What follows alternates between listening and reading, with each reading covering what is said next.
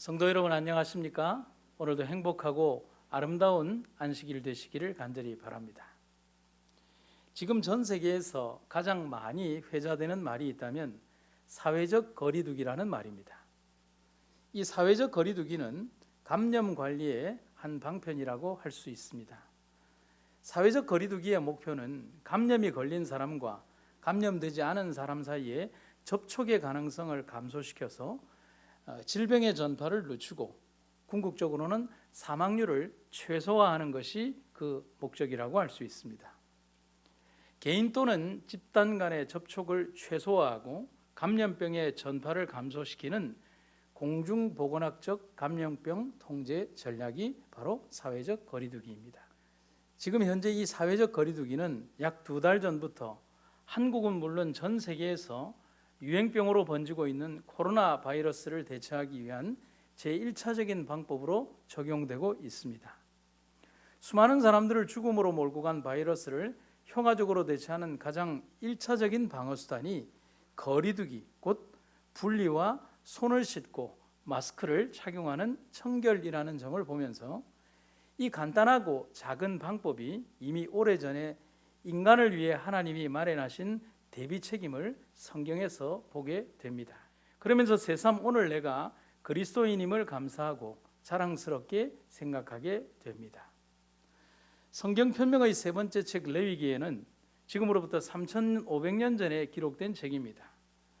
현대인들이 무시하는 그 고리타분하고 오래된 책 속에는 현대의학이 미처 깨닫지 못한 시대를 앞서가는 기록이 이미 있습니다. 레위기 11장에서 음식물에 관한 규정을 말씀하신 다음 12장부터는 백성들에게 정결에 관한 규례를 명령하고 계십니다. 레위기 12장에서는 출산한 여인을 분리할 것을 명하고 있고 최대 66일을 분리하라고 말하고 있습니다. 레위기 13장에서는 피부병에 걸린 사람을 1차적으로 7일 동안을 격리하게 한 다음 제사장이 다시 판단하며 7일을 더 격리할지를 판단하게 하고 14일이 지난 후에 격리를 해제할 때는 그때 그 사람은 입고 있던 옷을 모두 빨아야 한다라고 규정을 하고 있습니다. 그리고 레위기 15장에서는 몸에서 고름이 나오는 율출병 환자의 경우에 그 사람을 부정한 것으로 간주해서 굉장히 엄격한 규정을 적용하고 있습니다. 레위기 15장 3절부터 기록된 긴 구절을 한번 같이 읽어보도록 하겠습니다. 조금은 길지만 성도들이 평소에 잘 접근하지 않는 구절이기에 다 함께 같이 읽도록 하겠습니다. 그 유출병으로 말미암아 부정함이 이러하니 곧 몸에서 흘러나오든지 그것이 엉겼든지 부정한즉 유출병이 있는 자의 눕는 상은 다 부정하고 그의 앉았던 자리도 다 부정하니 그 침상에 접촉하는 자는 옷을 빨고 물로 몸을 씻을 것이며 저녁까지 부정하리라. 유출병이 있는 자의 앉았던 자리에 앉는 자는 옷을 빨고 물로 몸을 씻을 것이며 저녁까지 부정하리라. 유출병이 있는 자의 몸에 접촉하는 자는 옷을 빨고 물로 몸을 씻을 것이며 저녁까지 부정하리라. 유출병이 있는 자가 정한 자에게 침을 뱉으면 정한 자는 옷을 빨고 물로 몸을 씻을 것이며 저녁까지 부정하리라. 유출병이 있는 자의 탔던 안장은 다 부정하며 그 몸 아래에 닿았던 것에 접촉한 자는 다 저녁까지 부정하며 그런 것을 옮기는 자는 옷을 빨고 물로 몸을 씻을 것이며 저녁까지 부정하리라. 유출병이 있는 자가 물로 손을 씻지 아니하고 아무든지 만지면 그 자는 옷을 빨고 물로 몸을 씻을 것이며 저녁까지 부정하리라. 유출병이 있는 자의 만진 질그릇은 깨뜨리고 목기는 다 물로 씻을지니라. 유출병이 있는 자는 그 유출이 깨끗하여지거든 그 몸이 정결하기 위하여 7일을 계산하여 옷을 빨고 흐르는 물에 몸을 씻을 것이요 그리하면 정하리니. 이 성경 구절을 보면서 21세기 현대의학의 지금 하는 대처가 이미 3,500년 전에 이미 선실시되었음을 우리는 보게 됩니다. 또한 현대 감염의학에 대한 생각보다 결코 뒤처지지 않는다는 사실을 새삼 배우게 됩니다. 현대의학은 19세기까지만 해도 청결과 감염에 대한 인식이 부족했고 특별히 14세기 흑사병이 창궐할 때에는 몇 년 동안 2억 명이나 되는 사람들이 죽어나갈 때에도 성경에 기반을 둔 청결 사상을 지켰던 유대인들은 그 흑사병에서 살아남을 수가 있었습니다. 이렇듯 성경과 성경의 주인이신 하나님은 과학과 의학, 수학과 모든 법칙들 위에 계시며 앞서 나가고 계십니다. 성경은 이미 우리에게 더 험난하게 닥쳐올 또 다른 형태의 종말적 징조들에 대해서 레위기의 기별처럼 이미 답과 해결점을 제시해 주고 있습니다. 그렇다면 지금 우리에게 필요한 것은 사단이 원하는 대로의 결과와 행동이 아닙니다. 악의 세력은 자기가 이긴 듯이 미친 듯 우는 사자처럼 날뛰지만 결국은 우리가 이깁니다. 사회적 거리두기라는 이 말 속에서 사람들은 서로 간에 단절되고 신뢰가 사라지고 교회는 정체성의 혼란을 겪게 만들려고 하고 있습니다. 이 거리두기라는 말 속에 담겨진 미묘한 사단의 정신을 오늘 배제하고 우리가 오늘 진짜 거리를 두어야 할 것과 그리고 거리를 더욱 좁히고 가까이 해야 할 것이 무엇인가를 생각해 보는 안식일이 되기를 간절히 바랍니다. 그런 마음으로 오늘 저는 거리두기와 가까이 하기라는 제목으로 말씀을 전해드리고자 합니다. 첫 번째, 불신과 죄에 대해서는 거리를 두어야 합니다. 베드로후서에 있는 말씀입니다. 사랑하는 여러분, 그날을 기다리며 죄를 멀리하고 흠없이 살도록 노력하십시오. 거리를 둔다는 것은 그 영향력에서 벗어나겠다는 의미를 담고 있습니다. 우리 영어 단어 공부를 한번 해보도록 하겠습니다. 영어의 단어 가운데 인플루엔자라는 말이 있습니다. 이 단어는 유행성 감기와 독감의 의미를 가지고 있습니다. 우리가 익히 잘 아는 단어입니다. 그런데 이 단어의 어원으로 출발하는 단어는 인플루언스라고 하는 단어입니다. 뜻은 명사형일 때 영향이라는 뜻이고 동사형일 때는 영향을 끼치다라는 뜻을 가지고 있습니다. 그런데 이 단어를 분석하면 안으로 흐른다라는 뜻을 가지고 있습니다. 그래서 안 좋은 그 무언가가 우리의 내면에 영향을 미칠 때 그 결과로 우리의 육체는 영향을 받습니다. 영적인 원리도 똑같습니다. 안 좋은 것에 도출되고 영향을 받으면 그렇게 되는 것입니다. 스펄전 목사의 글을 한번 읽어보겠습니다. 지금 이 순간 하나님의 교회가 그처럼 세상에 영향력을 발휘하지 못하는 한 가지 이유는 세상이 교회에 너무나 많은 영향력을 발휘하기 때문이다. 스펄전 목사의 경고의 교훈처럼 현대의 교회와 성도들은 너무나 많이 세상의 지배를 받고 살아가고 있습니다. 문제는 자신이 세상에 흠뻑 젖어 살고 있음에도 불구하고 자신의 현재 위치를 모르고 살아간다는 사실입니다. 내 신앙과 믿음의 현재 모습이 얼마나 세상의 것을 닮아가고 있는지, 미디어에 포섭당하고 있는지, 성경의 표준과 원리는 배제된 채 철저히 인본주의적인 신앙과 사고에 사로잡힌 신앙을 하고 있는지에 대해서 우리들은 모르며 살아가고 있습니다. 수년 전 미국의 저명한 코넬 대학교에서 아주 독특한 실험을 실시했습니다. 2마리의 개구리를 가지고 2개의 온도가 다른 비커에 그 개구리를 담았습니다.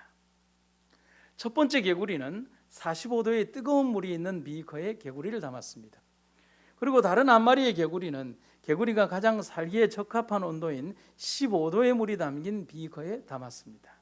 그리고 두 번째 개구리, 곧 15도 물의 개구리 비커 아래에는 알코올 램프를 두고 1초에 0.017도씩 서서히 올라가도록 불꽃을 조절했습니다. 어떤 결과가 나왔을까요? 뜨거운 물에 들어간 개구리는 들어가는 순간 뜨거운 물을 감지하고 바로 튀어나왔습니다. 하지만 두 번째 개구리는 온도의 변화를 감지하지 못한 채 물속에 있다가 뜨거워진 이후에 나오려고 했지만 이미 몸의 3분의 2가 익어버려서 그 안에서 죽어버렸다는 사실입니다. 코넬 대학교는 이 실험에 이름을 붙였는데 그 실험의 이름이 바로 삶은 개구리 증후군이라고 합니다. 이 실험을 통해서 생각해 볼 수 있는 교훈은 급격한 환경적 변화나 시각적 차이 등은 즉시 알아채고 대처할 수 있지만 너무나 익숙한 형태의 상황에서 인식하지 못할 정도로 접근하는 변화, 즉 0.017도의 변화는 자신이 죽을 때까지 알 수 없다는 사실입니다.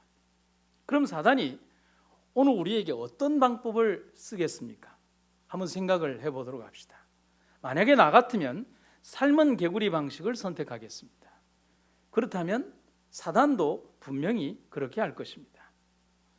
우리가 전혀 예상하거나 준비할 생각조차 하지 못할 그런 작은 변화의 방식을 통해서 우리의 생각과 사상과 신앙을 물들게 하고 변질되게 만들어서 스스로 말라 죽도록 하게 만드는 것입니다. 사단은 분명히 그렇게 할 것이고 그렇게 하고 있습니다. 그렇기 때문에 시편 기자는 우리에게 이렇게 권면하고 있습니다. 악인들의 관계를 따르지 아니하며 죄인들의 길에 서지 아니하며 조롱하는 자들의 자리에 앉지 아니하는 사람은 복이 있도다. 복 있는 사람의 첫 번째 가장 중요한 원리가 바로 악과의 거리 두기라고 말하고 있는 것입니다. 오늘 우리에게 죄와 불신과 우상과 탐심과 허영과 교만과 이기심에 대하여 철저한 거리 두기가 필요한 이유가 거기에 있는 것입니다. 그렇게 하지 않으면 죽습니다. 그런데 죽는 줄도 모르고 죽습니다. 어쩌면 우리는 이미 죽어가고 있는지도 모릅니다. 에스겔 선지자의 기별입니다. 이스라엘 족속아 돌이키고 돌이키라. 너희 악한 길에서 떠나라. 어찌하여 죽고자 하느냐. 교회 증언 5권에 있는 말씀을 함께 보시겠습니다. 우리의 길을 에워싸고 있는 위험을 우리에게 보여주는 일이 우리 주변에 얼마든지 있지 않은가. 도처의 인간의 자네들, 등한해진 가족재단, 깨어진 가정을 보게 된다. 원칙의 이상한 포기, 도덕적 표준의 저하가 있다. 노아 홍수와 불에 의한 소돔의 멸망으로 하나님의 심판이 지상에 쏟아지게 한 죄들이 급격히 증가하고 있다. 우리는 마지막에 가까이 접근하고 있다. 세상에 빛이 되었노라고 공언하는 자들은 모든 죄악에서 떠나야 한다. 요셉과 다니엘과 같은 신앙의 승자들의 공통점은 유혹과 죄와 생활 습관에서 철저한 거리두기를 실행했던 사람이었다는 사실입니다. 목숨을 담보로 해야 하게 되는 절박한 상황에서도 그들은 철저히 자신과 세상과의 거리를 유지했습니다. 다니엘은 뜻을 정하여 왕의 진미와 그의 마시는 포도주로 자기를 더럽히지 아니하리라 하고, 그 반면에 삼손과 요나와 아간과 그리고 다윗과 유다 같은 경우는 거리두기에 실패해서 아주 처절한 고통을 겪은 대표적인 사람들이라 할 수가 있겠습니다. 오늘 우리는 불신앙과 죄에 대하여 분명한 거리, 단절, 곧 분리를 선택해야 합니다. 그것만이 오늘의 우리를 구원하고 영원한 생명을 얻게 하는 유일한 방법임을 여러분과 제가 기억하시기를 간절히 바랍니다. 현대 통계학에 엔겔 지수라고 하는 것이 있습니다. 전체 생계비 지출 총액에서 음식비 지출이 차지하는 비율을 말합니다. 따라서 이 엔겔 지수가 높을수록 후진국에 속하지만 반대로 그 비율이 떨어질수록 선진국으로 분류됩니다. 더 복잡한 것은 생략하고 간단하게 보도록 하겠습니다. 그렇다면 이 영적인 부분을 엔겔 지수로 나타내면 어떨까요? 영적인 엔겔 지수는 하루의 삶 중에서 자신만을 위한 이기적 삶, 자신의 행복만을 위하여 쓰는 시간과 에너지의 양이라고 할 수 있습니다. 그렇다면 영적 엔겔 지수가 높을수록 영적인 후진국에 해당이 됩니다. 반면에 낮을수록 선진국, 즉 영적인 사람이라 할 수 있겠습니다.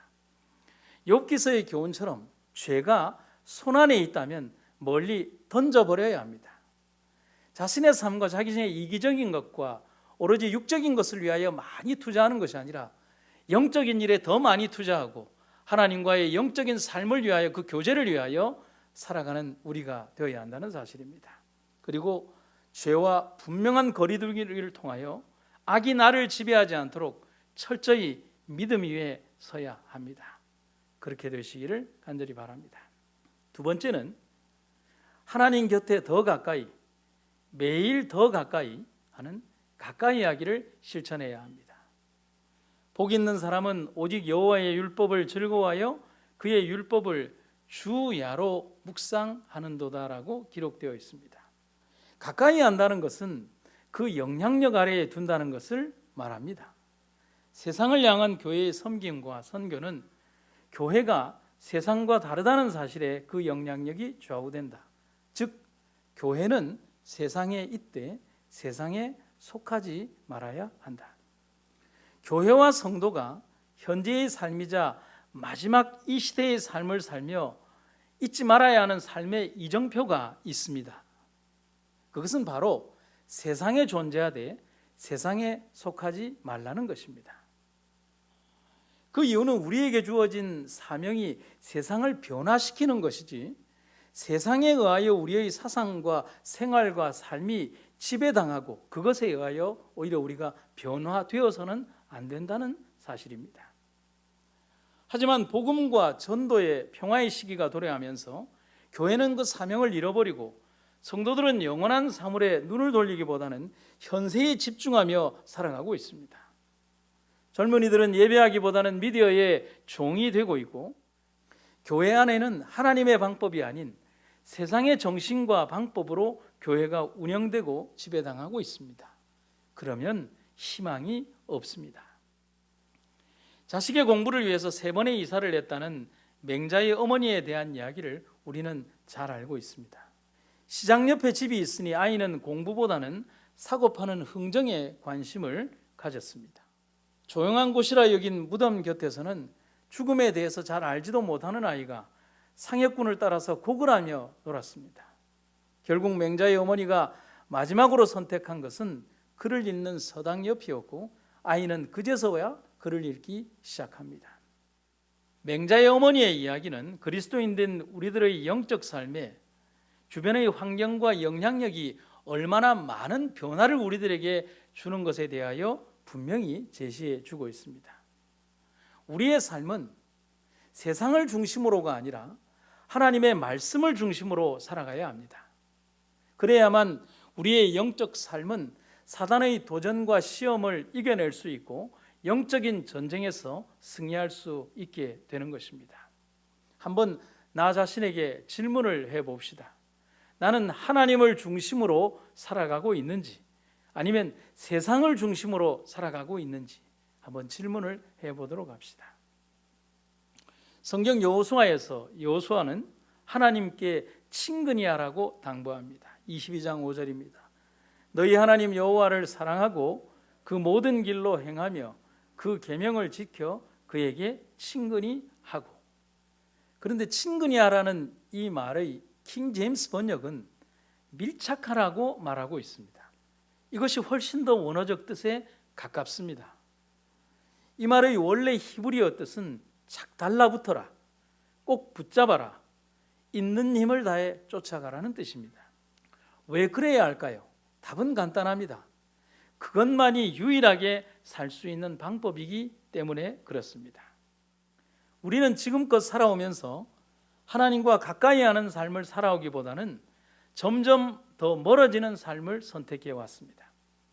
그래서 자주 말하기를 옛날 처음 믿을 때의 내 믿음이 지금보다 훨씬 좋았다라고 말을 합니다.